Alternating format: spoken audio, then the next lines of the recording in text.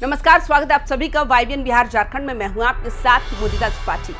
क्या बिहार की राजनीति में वो पल आ गया है जिसका इंतजार पिछले कई दशकों से हो रहा था? क्या नीतीश कुमार ने आखिरकार अपनी विरासत और बिहार की गद्दी का वारिस चुन लिया है? भागलपुर की धरती पर कुछ ऐसा हुआ जिसने पूरे बिहार के सियासी गलियारों में आग लगा दी। एक तरफ मुख्यमंत्री नीतीश कुमार की समृद्धि यात्रा चल रही थी, सब कुछ स्क्रिप्ट के हिसाब से था, लेकिन अचानक मंच से एक ऐसी आवाज गूंजी कि वहां मौजूद दिग्गज नेताओं के कान खड़े हो गए। एक महिला एंकर की जुबान फिसली या फिर ये आने वाले वक्त की हकीकत थी। सम्राट चौधरी को उप मुख्यमंत्री नहीं बल्कि सीधे मुख्यमंत्री कहकर पुकारा गया।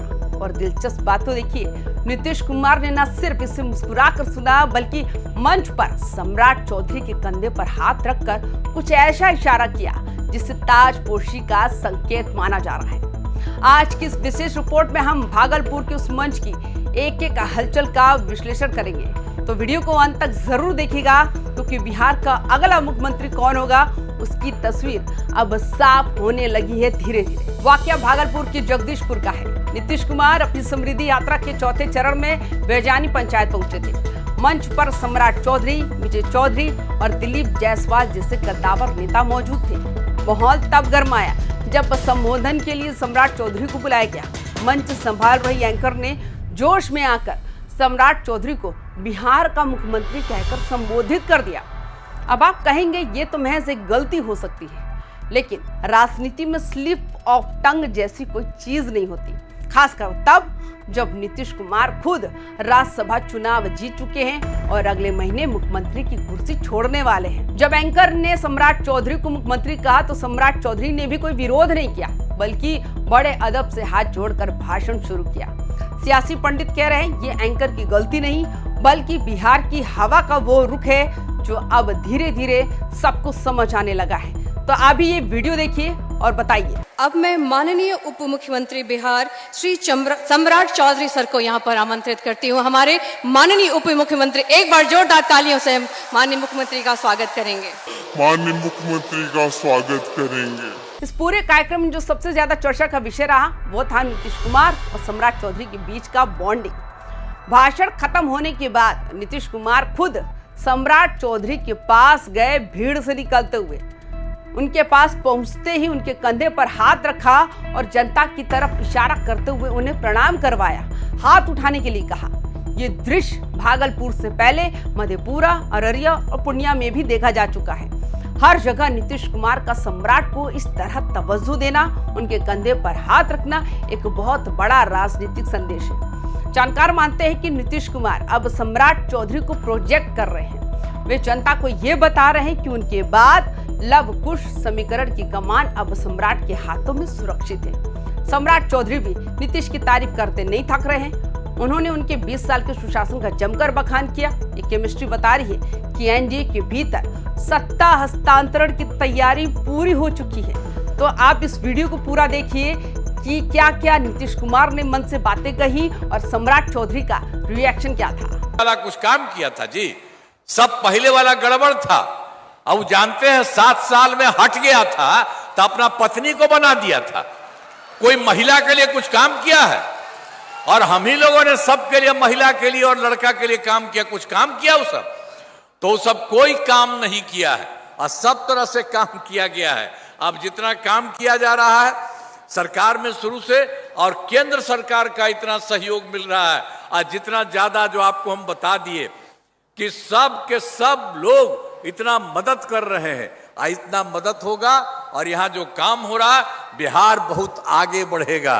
तो यही हालत हो रहा है। तब बोलिए आपको ठीक लग रहा है? खड़ा होके बोला, हाथ उठा, बोला, खड़ा होके बता, ठीक है ना?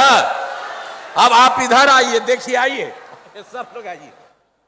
अरे अब इन लोगों को कहिए, पूरे तौर पर हाथ उठा करके बताइए सब लोग पूरा काम चारों तरफ कर रहे हैं। तब कर रहे हैं तो बहुत अच्छा होगा और केंद्र सरकार का जो सहयोग मिल रहा है उसके चलते आप समझ लीजिए बहुत अच्छा आपका होगा। अब पूरा बिहार बहुत आगे बढ़ेगा और बिहार इतना अच्छा होगा कि कुछ ही राज्य देश में है जो बाकी जगह नहीं है, तो यहाँ इतना अच्छा होगा। तो केंद्र का सहयोग है और सब काम हो रहा है। तब अच्छा लग ना रहा आपको। आप लोग आए तो हथवा उठावा, ठीक लगता है ना? तो बहुत बहुत बधाई आपको, बहुत बहुत धन्यवाद। अभी हम इनको भी लाते हैं, आप हाथ उठाइए।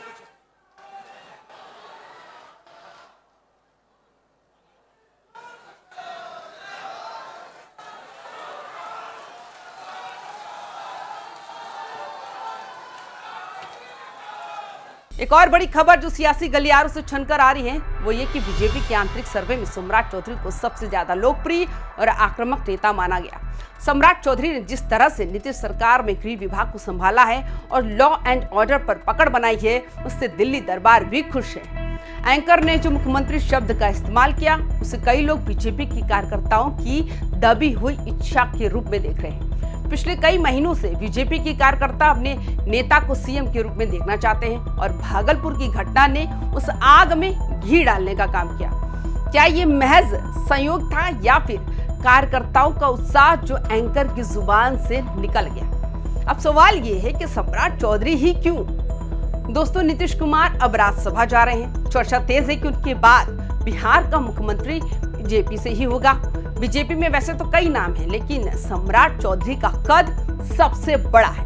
वे कुशवाहा समाज से आते हैं और बिहार में कोयरी कुर्मी यानी लव कुश वोट बैंक करीब 7% है, जो किसी भी चुनाव का रुख बदल सकता है। सम्राट चौधरी अभी डिप्टी सीएम है और सबसे पावरफुल गृह विभाग भी उन्हीं के पास है। नीतीश कुमार के करीबी ललन सिंह का भी बयान आया है कि बिहार का अगला सीएम कौन होगा ये नीतीश कुमार खुद तय करेंगे और नई सरकार उनके मार्गदर्शन में चलेगी। भागलपुर के मन से जो स्लिप ऑफ टंग हुआ उसने इस चर्चा पर मुहर लगा दी है कि सम्राट चौधरी ही वो चेहरा है जिन पर दिल्ली से लेकर पटना तक सहमति बन रही है। आखिर नीतीश कुमार सम्राट चौधरी पर ही इतने मेहरबान क्यों हैं? इसके पीछे बिहार का सबसे अटूट वोट बैंक लव कुश समीकरण। नीतीश कुमार कुर्मी लव समाज से आते हैं और सम्राट चौधरी कुशवाहा कुश समाज के बड़े नेता हैं। बिहार में इन दोनों जातियों का मेल सत्ता की चाबी माना जाता है। नीतीश जानते हैं अगर उनके बाद कोई ऐसा नेता गद्दी पर बैठता है तो इस समीकरण को संजो कर रख सके तो विपक्षी दलों के लिए सेंधमारी करना नामुमकिन हो जाएगा। भागलपुर के मंच पर सम्राट चौधरी के कंधे पर हाथ रखना असल में कुशवाहा समाज को ये संदेश देना था कि देखो, तुम्हारा नेता अब मेरे साथ है और सुरक्षित है। ये सिर्फ एक इमोशनल जेस्चर नहीं बल्कि आने वाली चुनावी भी साथ है। अब सोचिए इस पूरे घटनाक्रम को देखकर आरजेडी और तेजस्वी यादव की खेमे में क्या चल रहा होगा। तेजस्वी यादव जो खुद को नीतीश का उत्तराधिकारी मान रहे थे, उनके लिए सम्राट चौधरी का ये बढ़ता कद एक बड़ी चुनौती है।